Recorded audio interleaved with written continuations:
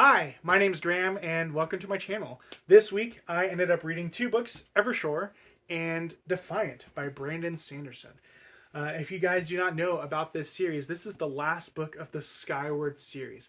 And so if you want to know more about it, I made a video talking about my reviews of everything so far besides Evershore and Defiant. And you can check that out here. Catch up, be able to do that if you don't want to be spoiled on this book. I will have to talk about things that will spoil those other books, and so just be warned about that if you haven't read the other part of the series. But let's kick it off with the novella Evershore. Evershore is written by Brandon Sanderson and Jancy Peterson, and it was released on Audible or audio books first. So that's what I listened to it on, was audiobooks. I didn't buy the actual physical copies of them. I just decided to do over audio. And so this book in particular is about Jorgen, who is the flight commander of the Skyward flight. I really like Jorgen. Jorgen's a great character. He is the love interest of Spensa, who's this awesome lady on the cover here. And he is somebody who is a rule follower, someone who thinks about things before it happens, and someone who the flight really, really trusts. And what happens is, in the other novellas, is their admiral goes missing, and Jorgen's parents end up dying in an explosion. And so Jorgen has to now deal with two things. He has to deal with loss of his family and loss of leadership. So it all lands on him. It all lands on him and what his choices will make. And I love this story. He searches out for the admiral, searches out for someone else who went missing, Gran, which is Spence's mom, and finds them in a colony of Kitsen, which is these Fennekin Fox samurai type people using ninja swords and all that type of stuff. And he is meeting another alien race and sitting down with them and showing them that humans aren't as evil as what everyone says they are. And they team up, and Jorgen's able to move through those conditions, through those politics, learn more about these psionic abilities he's receiving. He's getting more psychic type abilities, and understanding that while suffering through loss. And so it's a really good story of Jorgen's progression as a leader.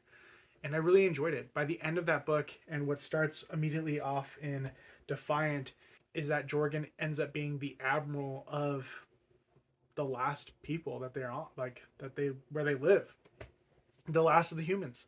He's the admiral. He's the man, and it's cool. That's a really cool build to that, and you believe and trust Jorgen can be able to do it. And what's really awesome about this story is the flight respects him enough to also be able to sit down and talk to him about his feelings, even though that's something he's more guarded about. And it leads to really good dialogue between him and FM and some other people as well. So I really enjoyed this small novella. This is probably my favorite novella out of all of them, but all of them were great. I would argue, besides Skyward, the first book, that the three novellas, which I'll have right there, because I don't remember all the names of them, were better than the rest of the series, which is fine.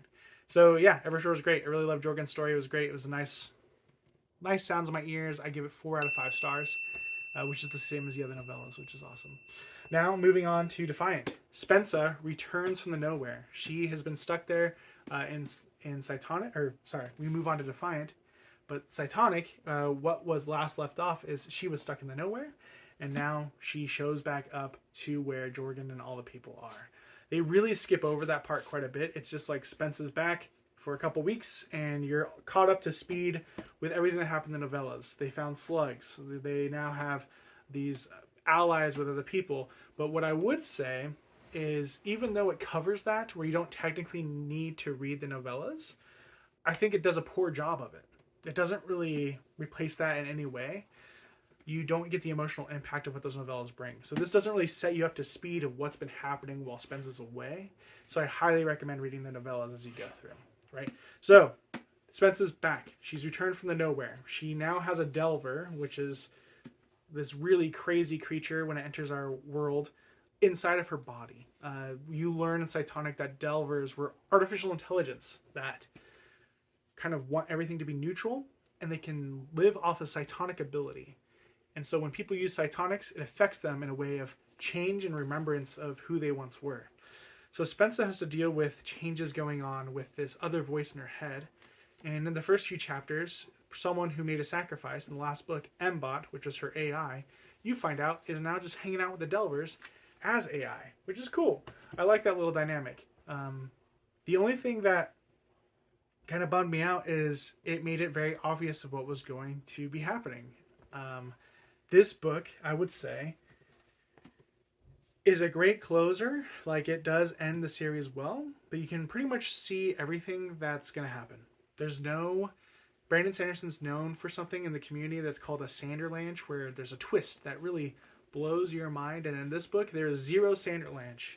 It is just a solid read all the way across, but it's just kind of, yep. You know with the beats that are going to happen.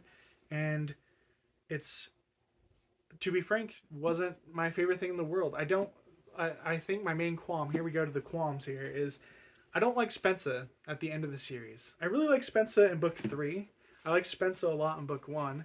And Spencer had a valuable lesson in book 2, and I felt like she was changing for the better. But as soon as she hit book 4 and was surrounded by her friends of what you're very excited about, it was like, oh, she's back with her friends FM and Kimmelin and El Toro and Jorgen. She's back, and now she reverts to just being someone I don't really like. I don't think she's grown anymore. She's not listening to the people around her or caring about her feelings. And yes, there's a little bit of touch on her being able to understand that as her communication with Jorgen. Him being the Admiral, she goes against some of the things that he says, and it's hard. It really hurts her a little bit that she's caused pain to Jorgen in a certain way. And of course that teaches Jorgen too certain lessons of being able to let go of certain rules. But I just didn't appreciate the arc of what Spencer was going through.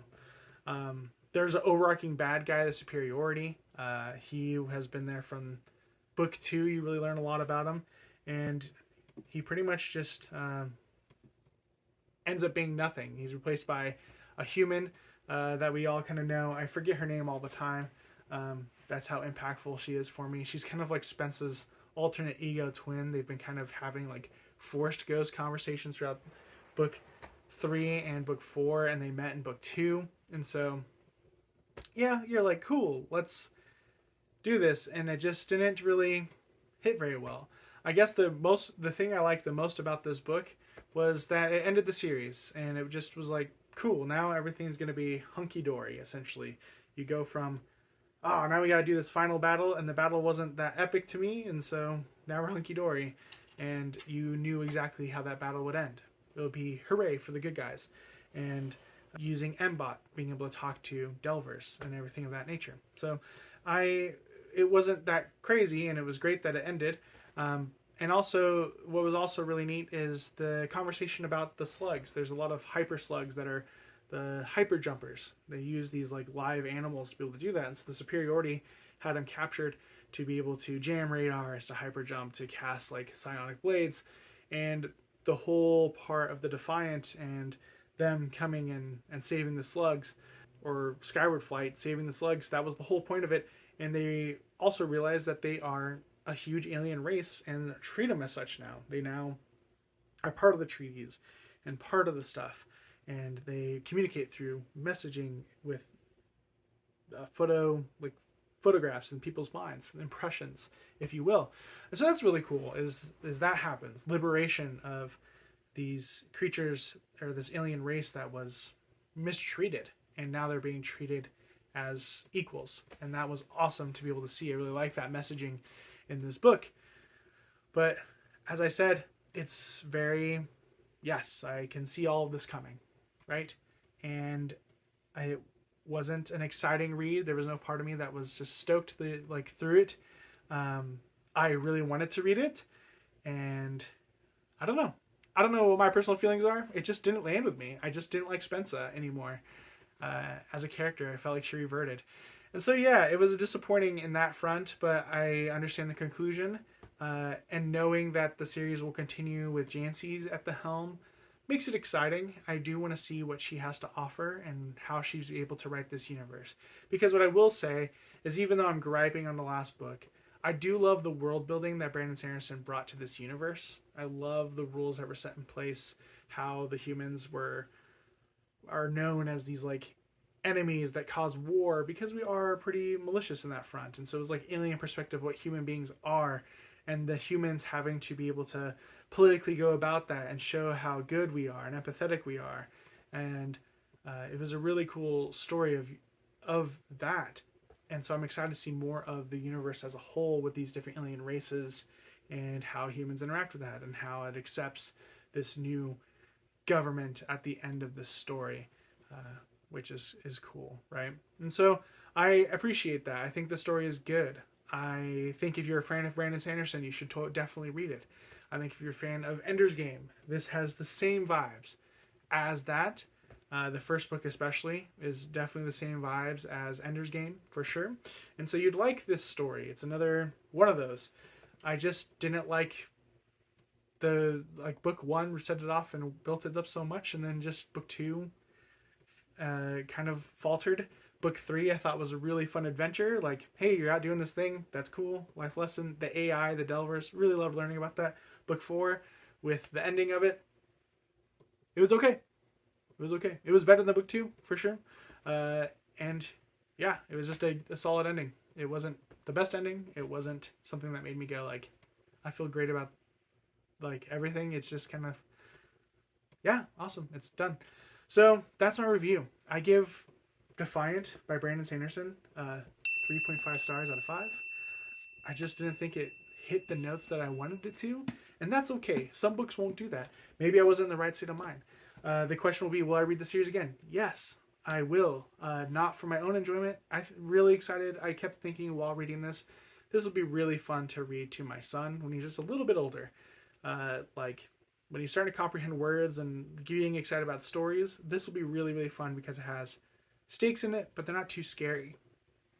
They're scary, but they're not too scary. They're meant for YA, and if I read it out loud, there's nothing really bad about it, and I think it'll be a really cool story for someone to attach to and learn life lessons from. So I'm excited for that front, to be able to read it to my son out loud and be able to have discussions about it, and I think it'll do great there. And so that's what I'm excited for.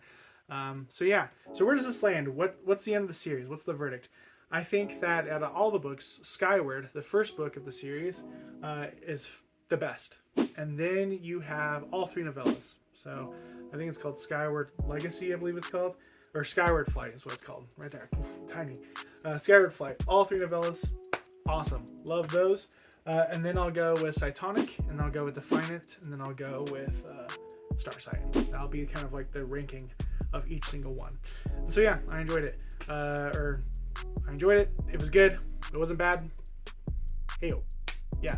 Don't mean to be negative. So anyways, what is a series? It kind of leads to my question. What's a series that just didn't end the way that you wanted it to? That'll be my question of the day. Let me know in the comments below what series just didn't really hit for you, kind of like this one did for me.